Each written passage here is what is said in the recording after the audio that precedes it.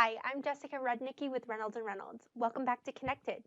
Today I'm talking to Gary Reinhardt, Product Manager at Reynolds & Reynolds, about different ways to identify and prevent theft in your dealership. Let's get connected.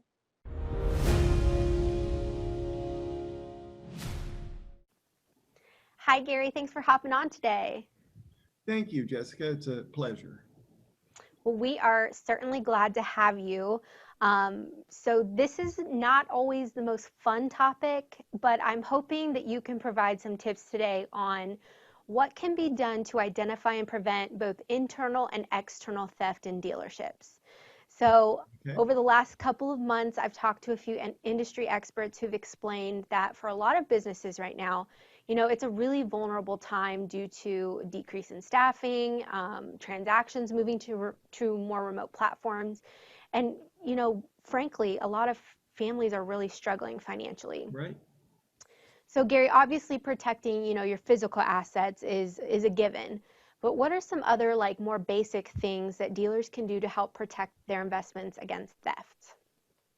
Well, yeah, it's true that especially in today's environment with COVID, um, there's just a lot of people who are struggling, and a dealership, you might be able to keep your employees, coming in and cars are still selling, but that doesn't mean that a spouse or significant other isn't going through some stuff, even the illness that might change their fundamental setup, right? We're all kind of set up with a certain amount of expected income and, you know, we pay our bills and do what we do with that. And anytime that changes, it adds a lot of stress. So this is a very good time to think about theft in the dealership because it had already become a problem, or at least one we knew more about in recent years. You can't look at an automotive news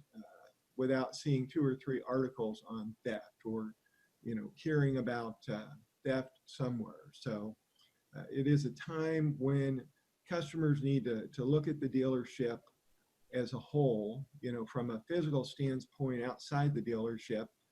Do you have a surveillance system in place? Do you have the lot being monitored? Do you check the surveillance system? Amazingly enough, you might have a system in place, but unless something noticeable happens, you don't go back and look at the tapes or whatever. We're all busy. Uh, the locks that lock up your dealership, are they being changed on a regular basis so that past employees who may have a key, don't somehow have a way to get into your assets? So I think, those are probably pretty top of mind for most dealers right now. To just lock it down and make sure to the degree that you can, you're protecting yourself. Now, inside the walls of the dealership, though, that can be another story. Most of our customers, when we talk to them, they have some degree of checks and balances in place, or they have uh, somebody who's checking the books, if you will, to make sure that theft isn't happening. Some basic things that dealerships can do to protect themselves is, do you have a surveillance system? Do you have someone monitoring your lot? Um, you know, Maybe bringing somebody from the outside in to do a parts inventory, just, you know, go ahead and make sure everything is what it should be. There's just some very basic things you can do to pay attention to what's happening in the dealership. If you have uh, storage areas, are you changing those locks a couple of times a year? How many managers have come and gone that would have a key to those? That, are you changing them every time a manager changes? You probably sit there and say, well, I probably should, but that'd be a lot of money. So, but because of the times, because everyone's situation is changing, typically, you know, we hire good people, right? And we may have them checked out. We may check their references, and they may be great employees for years. One of the things that I found in some of the research I've done is, the average tenure of an employee who steals from a dealership is around 5 years. And that's kind of surprising because at the 5 year mark, it's probably the point where people are starting to say, well, they've been here. They know it. We can trust them, right? And suddenly we let our guard down. And that's when theft is going to happen. So, uh, you know, individuals are dealing with COVID in a lot of different ways, from the loss of their job, maybe, to the loss of a job by their spouse or significant other, or, God forbid, someone in their inner circle gets COVID, and suddenly the person that was set to, they made an income, they lived off the income, they were able to save a little bit, and everything was going fine. It doesn't take a lot to upset that apple cart. So you've got employees in that scenario possibly, and then you have people in the neighborhood, people in the area who are looking for a way to get, something that maybe would have never done that before. So the simple things from the outside are, have the video surveillance, lock it down, change the locks, move your inventory around a little bit so that, if there is a darker area or whatever else, there's not always an opportunity to know that a certain vehicle is in a certain place on the lot. There's just different things that can be done to discourage others from trying to steal from the dealership. So, Yeah, so you, like for the more basic things, and you provided some great examples of theft happening today. So, but you mentioned, surveillance, moving your inventory around, making sure your locks are changed when employees, when turnover happens, things like right, that. They all seem like pretty actionable, easy things that can be done, to prevent theft from happening at a dealership. right. So I want to know, kind of based on your experience and what you've seen in dealerships, because you've been in quite a few where you look Mhm. for these kinds of things.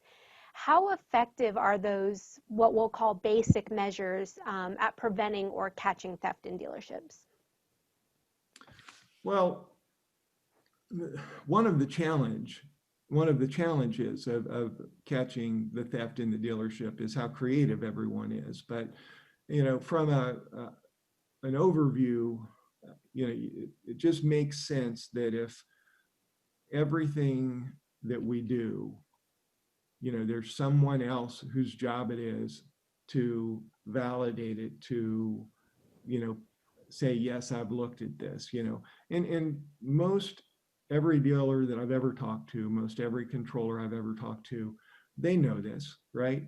But what happens is suddenly, I work in an office that typically runs with 5 or 6 people, but because of COVID, maybe we're running with 3 people, or there's only 3 people at a time, and they switch off the days, and it's easy for good practices to get set to the side until we get through this together, right? But when it comes to payables, when it comes to receivables, even the parts inventory, bringing someone in from the outside to do the parts inventory, changing things up. When we talk with dealers about theft a year ago, right, we would talk about, you know, does everybody take their vacation? Does everybody, where we can, do we change job responsibilities from time to time, just so that it keeps things mixed a little bit, right? And you can do it by saying we need coverage in case something happens or whatever else, but really what you're accomplishing in asking even your controller or your chief financial officer, whatever their title is, go ahead and take your 2 to 4 weeks of vacation. We can survive without you. You need a break, right? But it also gives us an opportunity to make sure that, you know, things, we know what's going on, right? And that's where we talk about span of control. And, when I talk to dealers, and they are, uh, not coming in on a daily basis. They're the dealer, but they let others run the business. The general manager runs the sales side, and the controller or CFO runs the accounting side. and suddenly that person is creating invoices or posting invoices and creating vendors, and they're the sign off person. When you see these high dollar amounts of money that was stolen from a dealership, a lot of times it's death by a thousand cuts. They found a way to get a little bit every time this happens, and it just happens on a regular basis. And it's amazing how much people have gotten away with manipulating pay plans, from the sales side. There was even a scenario where we got into where a group, there was collusion here. The office manager was in on it, but they were actually paying greater commissions because of the way they were wholesaling vehicles. They would give a customer, you know, say the value of the vehicle was higher to get a higher commission when they sold it, and then take it to the auction and bring it back and lower the value of the vehicle and then sell it and make a higher commission a second time. And a lot of different things may require some degree of collusion, but in a lot of dealerships, there's a lot of office people whose uh, spouse might, be a technician or work somewhere else in the dealership. I mean, here at Reynolds, my wife works at Reynolds. So, it's something that happens everywhere, I think. But those are things you kind of have to keep an eye on. Yeah. Well, great examples of theft. And Yeah. obviously, it makes sense to have some sort of process or tool in place to help. There's, like you said, people are getting so creative with ways to steal, and you have to have something in place, or it's going to fall to the wayside, and you're not going to realize it's happening. Looking at some of the ways that external theft occurs, you mentioned a couple of examples, moving inventory around, vehicle theft, that kind of thing. Also top of mind, credit card fraud happens quite frequently. But what are some of the ways that are maybe lesser known and should be taken a closer look at? So you mentioned wholesale theft. Is there any other like smaller, maybe not as known ways? You know, really, what we've seen is there's something that we refer to as the fraud triangle, which breaks down into motivation, opportunity, and execution of stealing. And the reason why this is such a big deal now is, again, a lot of employees, a lot of people on the street, are in a tough situation due to COVID. Either they or a significant other losing their job, or expenses, or God forbid, somebody in their family has it. And, there's a theory that, not, I don't know if it's a theory, but that good employees can ultimately do bad things because of their circumstances, and if you see someone, let's say that, because of COVID, you want to share job responsibilities a little bit because not everyone comes in every day. And if someone fights that and they say, this, I'm the only one that can do this or something like that, that's a red flag.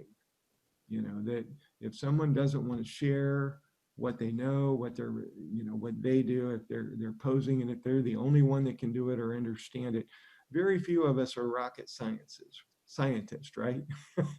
Probably most everything that we're doing in the dealership, someone else could do.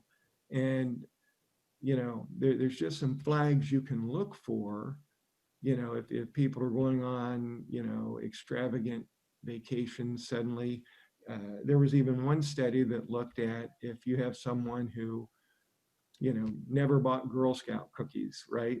When someone came into the office and their child was selling Girl Scout cookies, or never was especially known to be someone to contribute, right? If suddenly you see them and they're, working for a nonprofit and they're off hours and they're doing things that are not typical, that can be an indication that they're trying to get some inner satisfaction to offset something, and it could be that they found a way to steal. And it's very interesting, concept to think about, that we need that self-satisfaction, that we need to feel good about ourselves. So suddenly the person that was never had said hi to anybody is the nicest person in the world. There's a lot of things that can tip you off to say that's just not like that person. And anytime you have that, you might want to switch the roles around a little bit or look a little closer. But what we really find is, again, if I sit down with the owner and the managers, the controller, the general manager, everyone's going to say we have checks and balances when we run reports. And the reality of it is, are you doing it as often as you tell me you're doing it? Because there's an awful lot of theft that's not getting caught that could. So, Yeah. does that help? Yeah, definitely Good. a lot of different factors. You mentioned the theft triangle,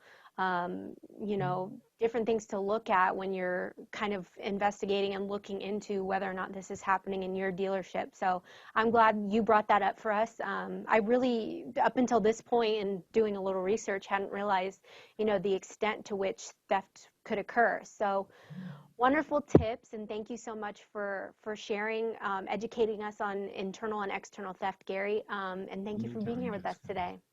Thank you, Jessica. I appreciate your time.